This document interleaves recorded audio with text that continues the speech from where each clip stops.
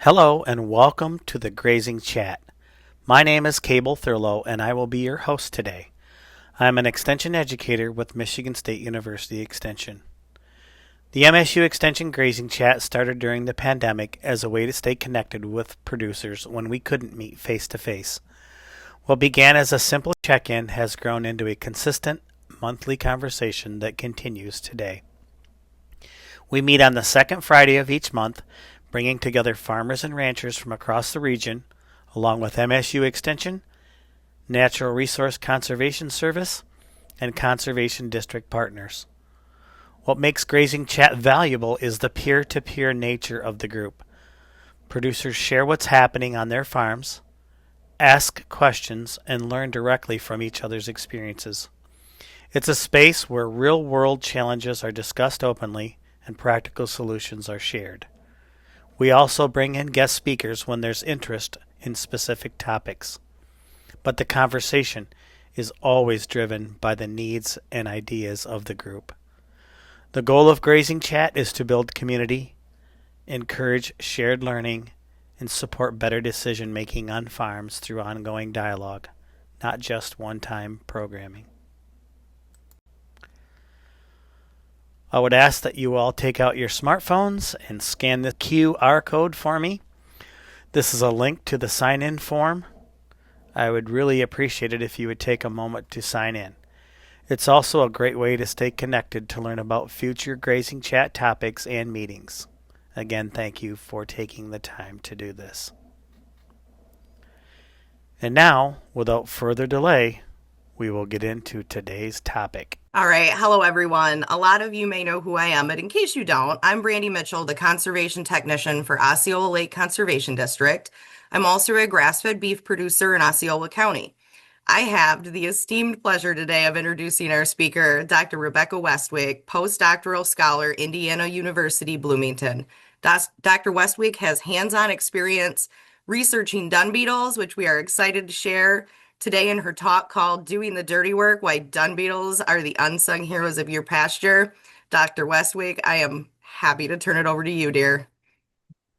Thank you so much, Brandy. I was so honored and so excited when Brandy reached out to me and asked me to talk to your group a little bit about dung beetles. So I'll go ahead and share my screen. Come on, there we go. Okay. I assume everybody can see. Okay, perfect. All right, so let's talk about dung beetles. Just as a little bit of a roadmap for what I'm going to talk about today. First, I'm going to start off with a little bit of story time.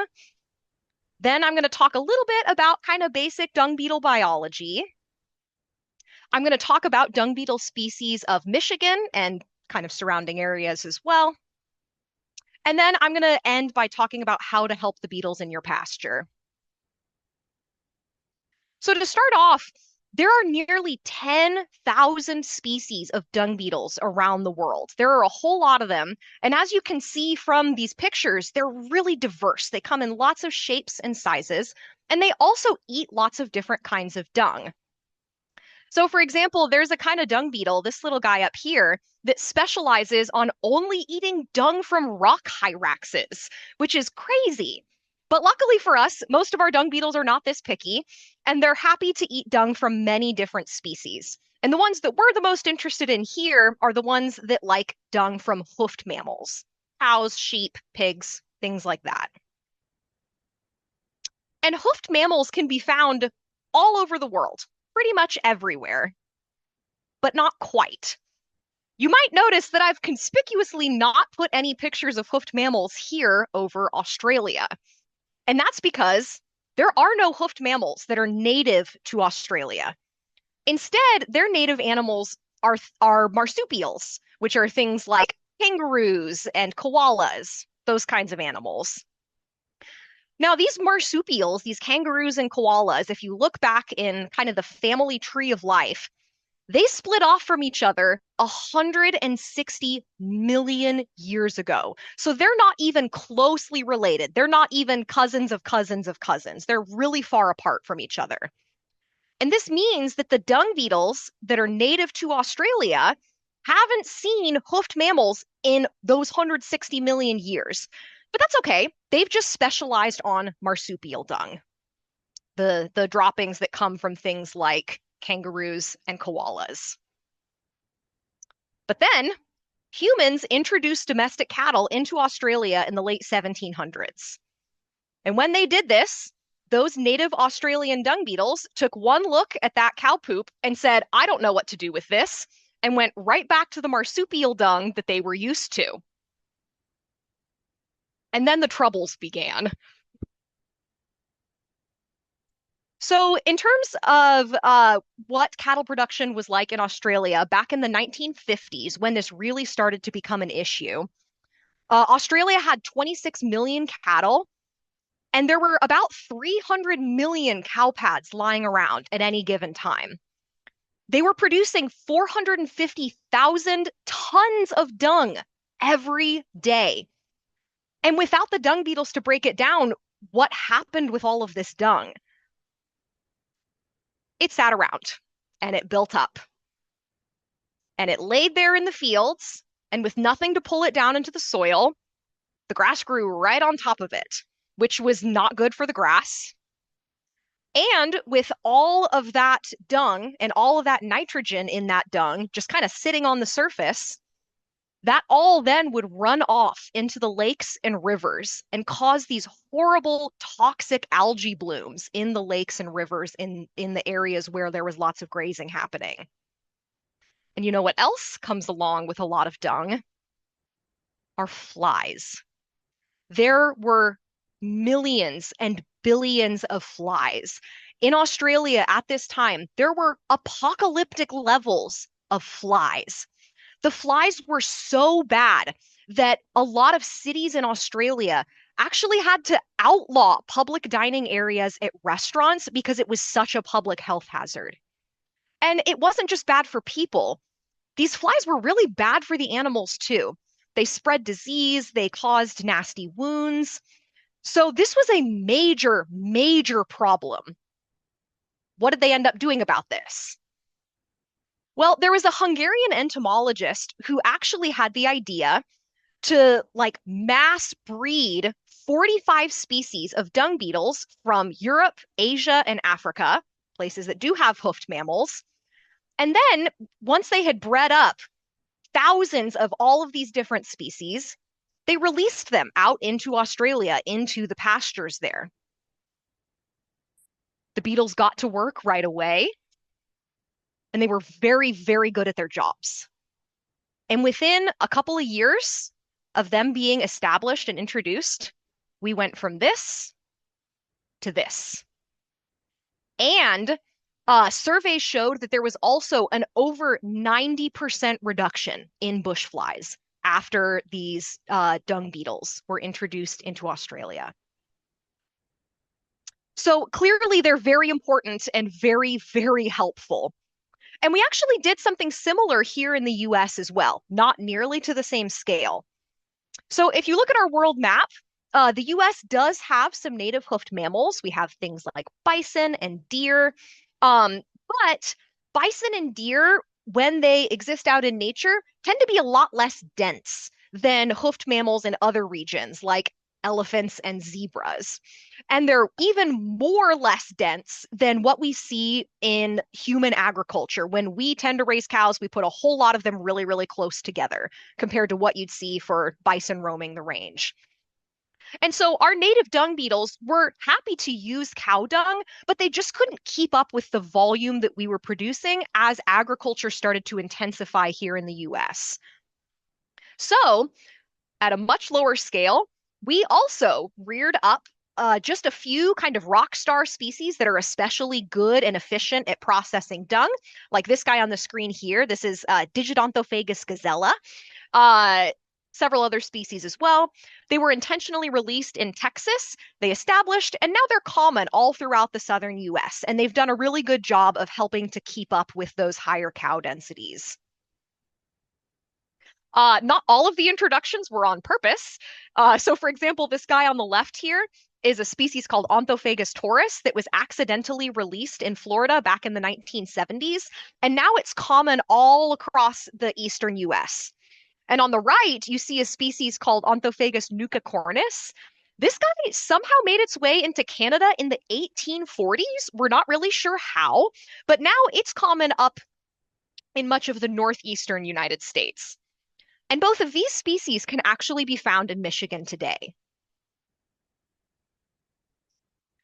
So now that we've seen a little story about the horrors of what can happen if you don't have enough dung beetles and how important the dung beetles are to fixing those problems, I'm going to talk a little bit about basic dung beetle biology.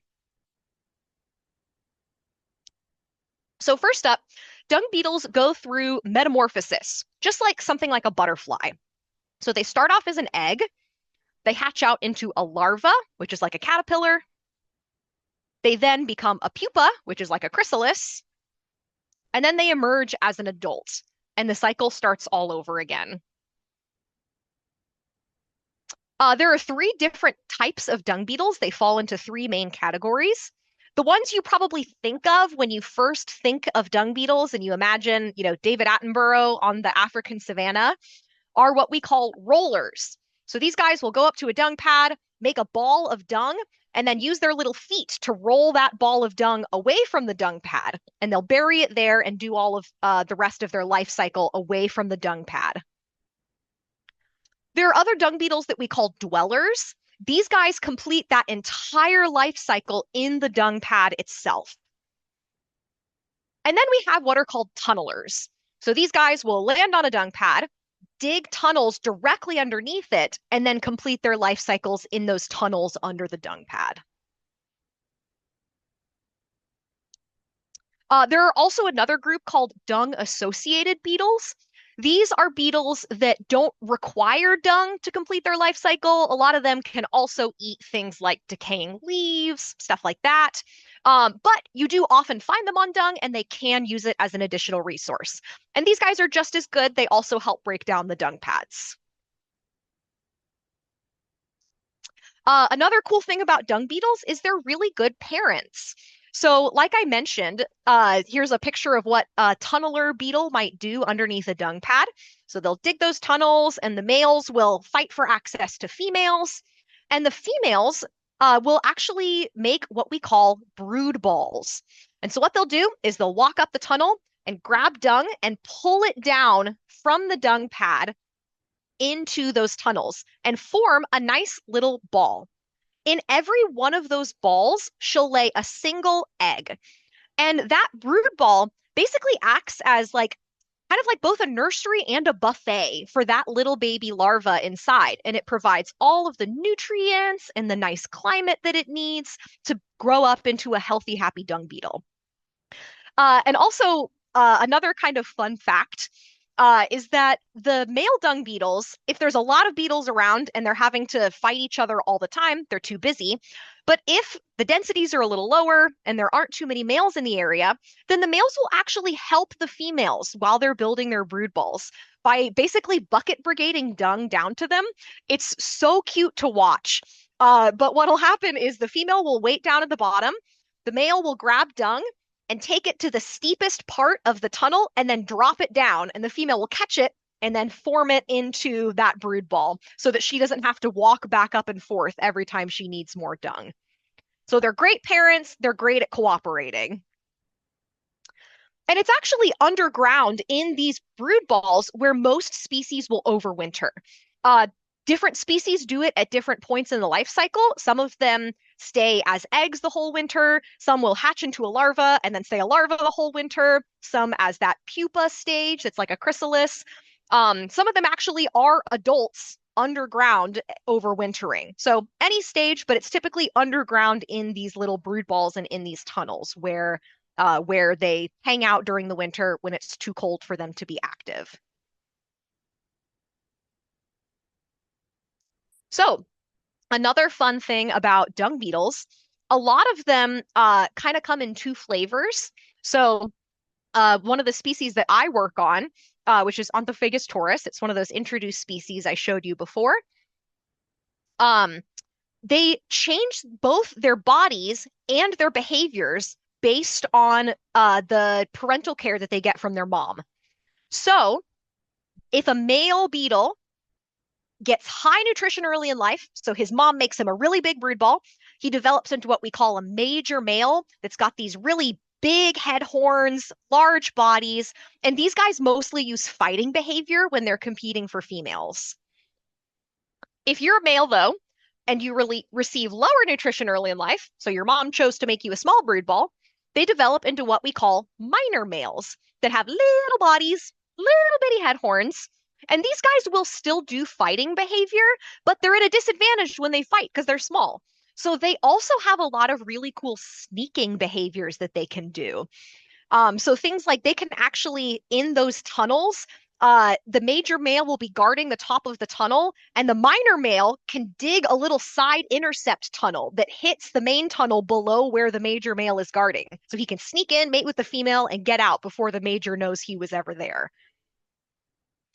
And females also develop a range of body sizes based on how big their brood ball was. But their behaviors are consistent across that body size range, and interestingly, also include a lot of aggression. Fighting is not a male only thing in these guys. The females bully each other a lot too. Okay, so that's a little bit about dung beetle biology. Getting into some of the species that you're likely to find in Michigan. The last time a survey was done in Michigan, it did not cover the whole state. It was only in one area. And they identified at least 37 species of dung beetles and dung-associated beetles. There are almost certainly more species than that. But there haven't been a lot of good, broad, statewide recent surveys of what the diversity is like. So at least 37, probably more. Some of the common ones you might see, don't worry, you don't have to remember this. There will not be a pop quiz. I just want to show you a little bit of what you might see out there. Some of the common ones include things like Aphodius. This one is an introduced beetle that's a dung-associated beetle. Onthophagus taurus, this is the one that I work on in my research. It was also introduced. Onthophagus nucacornis, that other introduced guy. Then we also have Onthophagus hecate. This is one of my favorites. It's a native dung beetle. And these guys are really cool. They are super, super generalist in what they'll eat. So they love cow dung, horse dung, anything like that. But I've actually also found hecate in my backyard eating my dog's poop. So they're happy to eat a lot of things. They'll go into the forest and eat deer poop. They'll eat just about anything. Another Onthophagus pennsylvanicus, another native. This guy is super, super teeny tiny. This is another cool one, Phanius vindex, the rainbow scarab. This is actually native to the United States. This one you'll find in far, far southern Michigan. They tend to like the warmer weather better, so they won't make it up too far north. But if you're in the southern part of the state, you might find some of these guys occasionally. We've also got things like this Geotrupes that's native. This guy, this Melanocanthon nigricornis, is a native, and it's actually one of the only roller dung beetles that's found in Michigan. Almost all of these others are either tunnelers or dwellers. But we do have a native roller in Michigan. We've got a few others here. This Calamosternus, which is introduced, this Sphaeridium, which is introduced, and this Cryptopleurum, which is also introduced. And these are all dung-associated beetles, or dung-associated and or dwellers that just stay in the dung their whole life cycle. So you can see lots of different types that we have in Michigan. And this, again, this is only 11. There are even more out there that I'm not showing. So these two pictures that I have that I'm showing you right now are actually two different species. Can you tell them apart? I don't think I would really be able to tell them apart very well unless I had a microscope and a lot of time on my hands to sit down there and clean them off and look at them. But they are two different species. And so part of the reason I'm showing you this, the point of this, is to say that there's no kind of magic number of species that you need to have in your pastures for a few different reasons. One, it's really hard to get a truly accurate count because of how hard it is to tell some of these species apart, unless you're an entomologist and you have a microscope and a whole lot of time. So even getting an accurate count in the first place is tough. Two, these two different Sphaeridium species, realistically, they're going to be doing pretty similar roles in the pasture if they're there. So it's not like you're going to be way better off if you have one or the other or both. It's great to have at least one of them, but it's not like you're going to get any benefit from having two of these guys versus only one species. Kind of on the flip side of that, if you had a high number of species, but all of them were these sphaeridiums, different types of these sphaeridiums, that would actually not really be great for that would not kind of indicate good ecological health either, right? Even if the number is high, but it's all kind of the same guy, you're not going to be getting all of the benefits. And the fourth reason that there's no magic number of species is that it's just going to be so individualized to different pastures and different situations. Some of you guys are going to have land in drier parts of the state or wetter parts of the state, colder parts in the north, warmer parts in the south. Some of you guys are going to be areas that are more forested or more open. Some of you are going to have bigger operations or smaller operations. And all of these different features are things that you can't necessarily control, but they can have a really big impact on which guys are going to like your area and which guys might not like your area so much. So again, it's hard to make a blanket recommendation. There's no like 17 species means you're good, 16 species means you're in trouble. There's nothing like that. Instead, what you guys want to be thinking about is looking for just general diversity. So if we look back at this previous slide, you don't necessarily need to go out and carefully count and identify all the way down to exact species. Instead, you just want to look, and if you were to go out on a hot summer afternoon, put on some gloves and root around in a dung pad, would highly recommend it. It's a great time. But if you were to do that, you'd want to see that you have at least some of those onthophagus guys, like those 4 on the top right.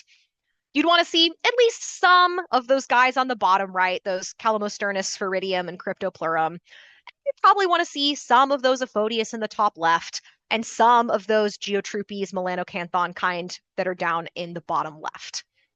So you don't need to have a number, just look for different ones.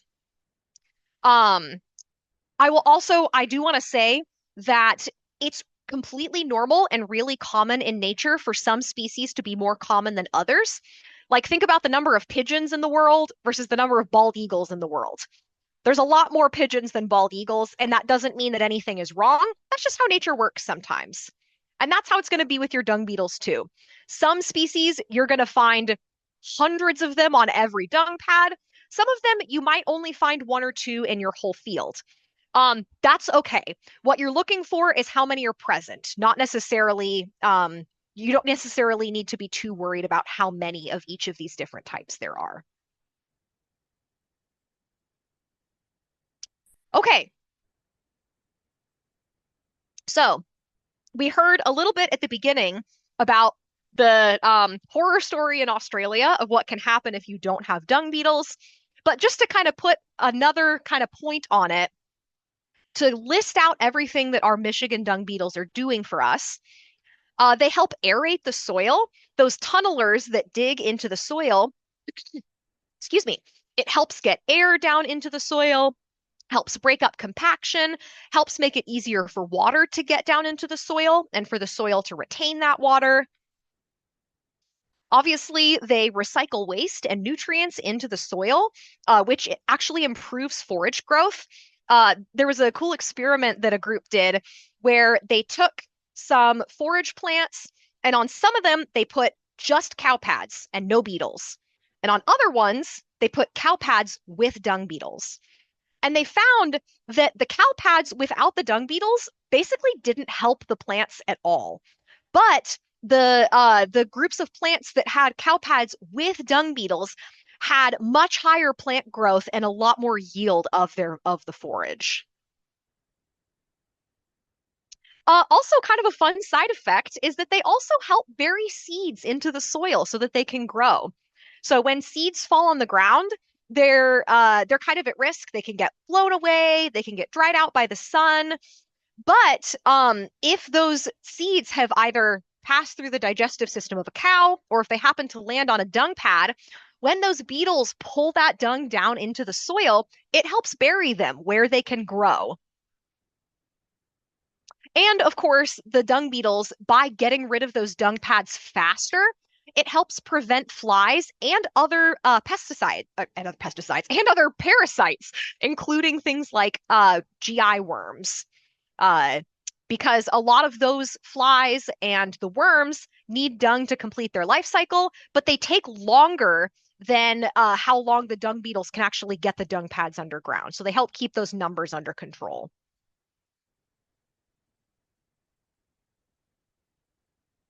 And it's estimated that dung beetles save the United States cattle industry $380 million per year through this service that they provide of burying livestock feces.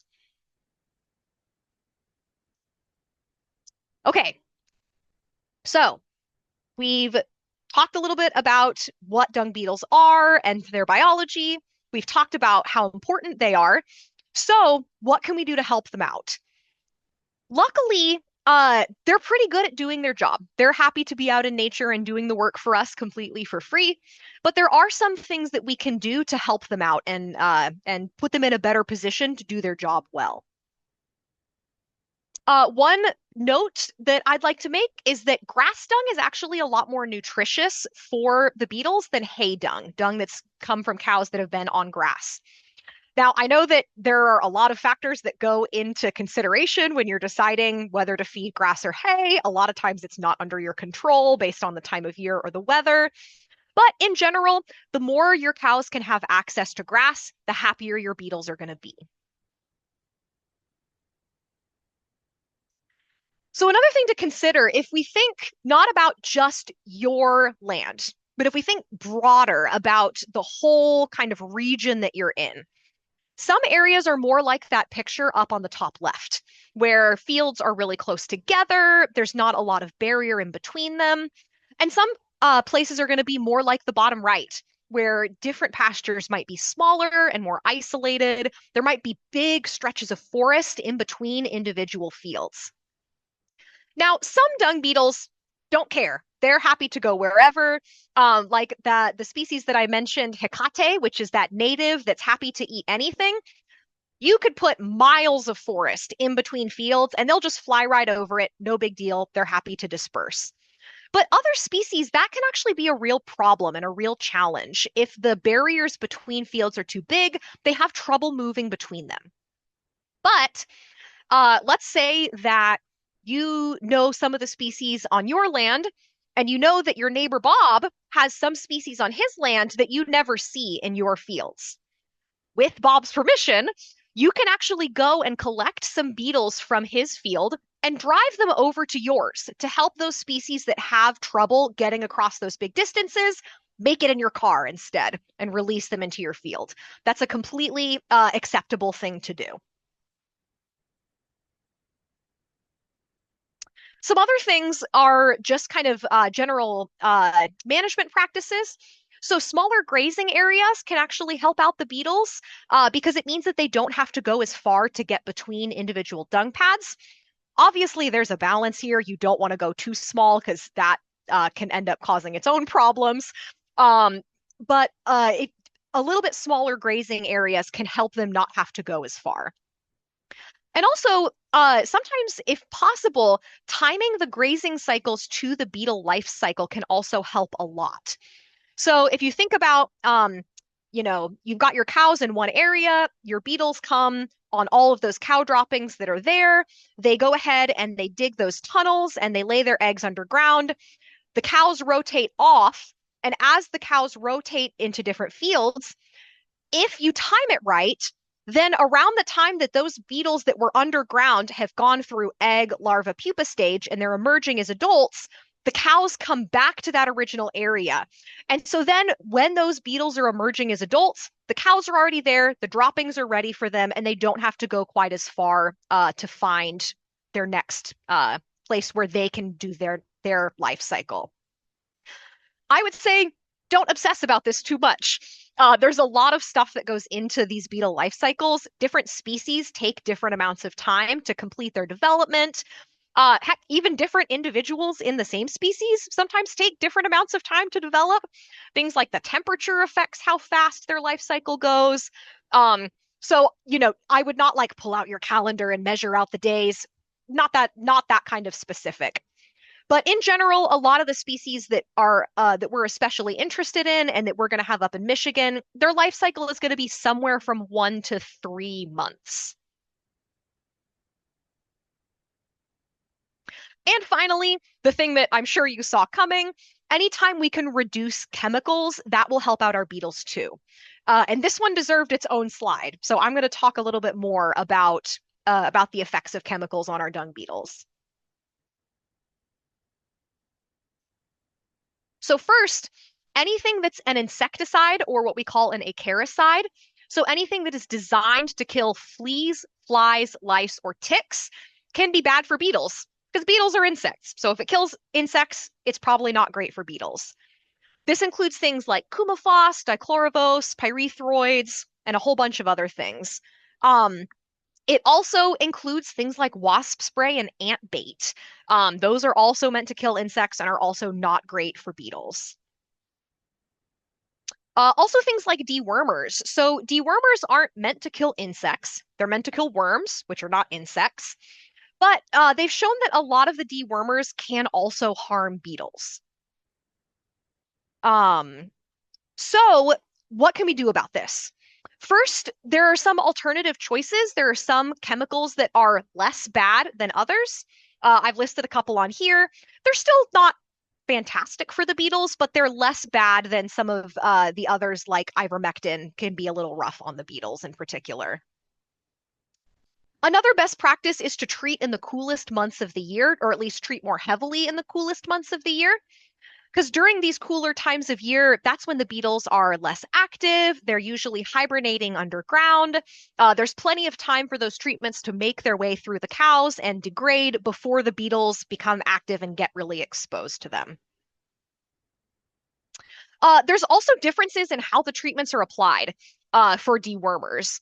So, for example, the bolus treatment is by far the most harmful. So, for example, when we keep colonies of beetles here in our lab, so we have to go out and collect dung to feed them. We cannot collect dung from cows that have had a bolus treatment in the last 3 months. So the bolus is really, really rough on the beetles. Injections are a little bit better than the bolus. We can usually get dung from cows that have had an ivermectin injection at about 6 weeks. And porons are the least harmful. We can get dung for our purposes from cows that have had the ivermectin poron like 3 or 4 weeks after the application's been done. I should also say we are way overcautious. They probably are not affecting them as long as we wait. With our lab colonies, we have to really baby them because we want them to be very, very happy for our research. So it seems like things like injections and porons seem to be making it into the dung in quantities that affect the beetles for like 1 to 3 weeks in studies. So when possible, pick these other applications that aren't quite as harmful. And of course, the best practice overall is just going to be to reduce your dosing. I'm not going to be one of those crazies that's going to say like never use chemicals. Like, no, that's not the goal here. But anytime you are kind of on the borderline, like, should I treat 3 times this year or 2? If you can err on the side of less, if you can err on the side of 2 instead of 3, 1 instead of 2, that's always going to help out your beetles. Also, just a quick side note, things like antibiotics and herbicides that aren't meant to kill insects are almost certainly harmful to them still, from what we know in studies of other insects. But Antibiotics and herbicides, their effects on dung beetles basically haven't been studied at all. So I can't really give you any specific recommendations, unfortunately, other than, again, your best practice is always going to be don't use them unless you absolutely have to.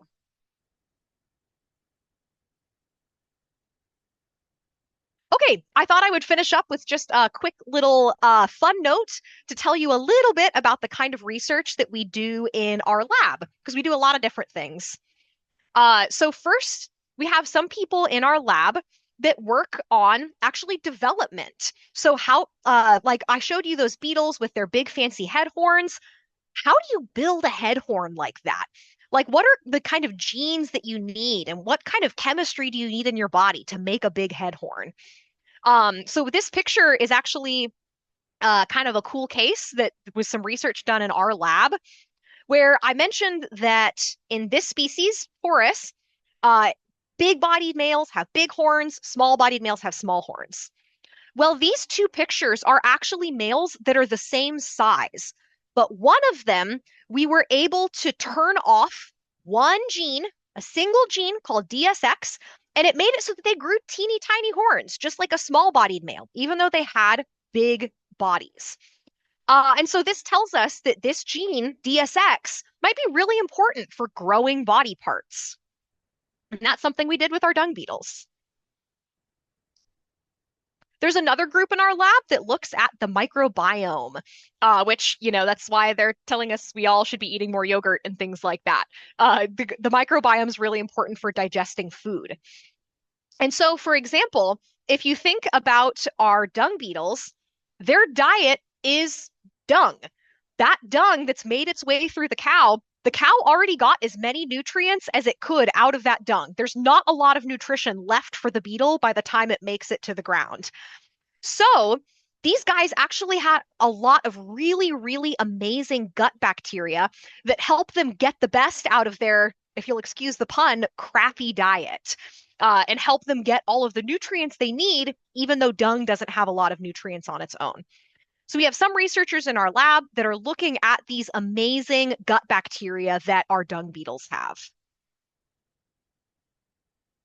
The research that I'm doing right now, my main project, is I'm actually looking at cognition. How do beetles learn, and how do they think? And how do their teeny tiny little brains make these really, really cool behaviors, like those minor males that dig side intercept tunnels to sneak around major males? So that picture on the bottom there, that's actually a picture of a dung beetle brain. That's what their brains look like. And the picture on the top, that's a little beetle SAT test that I've created. So basically, the beetle has to learn over a few rounds that the green door is good and the blue door is bad, or vice versa. And we see how quickly and how well they're able to learn that difference. And then we look at their brains and see what's going on under the hood. And finally, we're also doing some experiments on environmental things. So for example, how does human pollution affect our beetles, their development, their health, and their behavior? And the main project we're doing right now with this environmental kind of side is we're looking at the effect of cadmium, which is a heavy metal. So it's similar to things like lead. And I don't think it'll be a huge surprise to anyone here that heavy metal poisoning is bad for beetles, just like it's bad for people. And so we're doing some experiments to understand better how this pollution affects them and how we can try to prevent it. Okay, with that, I would like to thank all of the members of my lab who support me every day, also all of the sources who provide funding for me to do my work. And with that, thank you so much to you guys for your attention. I would love to take your questions either right now. Also, my contact information is up there on the top of the screen. You can reach out to me anytime. I love answering questions about dung beetles. Thank you for participating in today's program. Please take a few minutes to help us by sharing some information about yourself. The form asks you to provide your race, ethnicity, gender, and your county of residence. By answering the questions on the form, you help us to provide a snapshot of who participated in our program. Support our commitment to providing programs to all segments of our community and help us to maintain continued funding for programs like the one you participated in today. Providing this information is voluntary. The information that you provide will not be used in any way to identify you personally, but rather as a member of a group that participated in this program. These forms will be kept separate from any other information related to the program you are participating in, and only the race, gender, and ethnicity data will be shared with the United States Department of Agriculture as part of our civil rights requirement. You can fill out the form completely or choose to respond to different sections at your discretion. We appreciate your participation in filling out this form. If you're not a regular member of the Grazing Chat and would like to become one, the Grazing Chat meets monthly on the second Friday of each month at 9 a.m. Eastern Standard Time. All meetings are held on Zoom, so you can join from the comfort of your own home. To stay up to date on all our monthly meetings, please consider joining our email list. You can do that by sending an email to me, Cable Thurlow, at the email address listed below. MSU Extension programs are open to everyone. Thank you for joining us today. I hope you have a wonderful weekend.